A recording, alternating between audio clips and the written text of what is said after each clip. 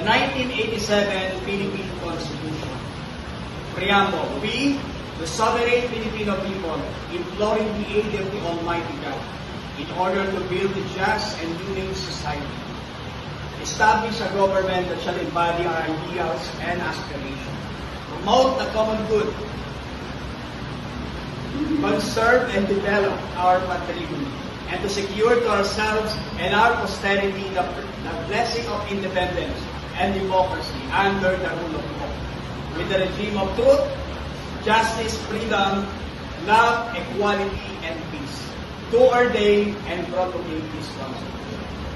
Article 1, National Territory. Article 2, Declaration of Principles and State Policies. Article 3, Bill of Rights. Article 4, Citizenship. Article 5, Suffrage. Article 6, Legislative Department.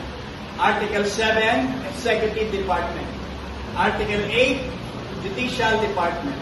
Article 9, Constitutional Commission. Article 10, Local Government.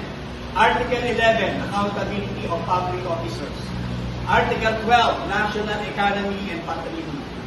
Article 13, Social Justice and Human Rights. Article 14, Education, Science, Technology, Culture, Arts, and Sports. Article 15, the Family. Article 16, General Provision. Article 17, Amendments or Revision. And Article 18, Transitory Provision.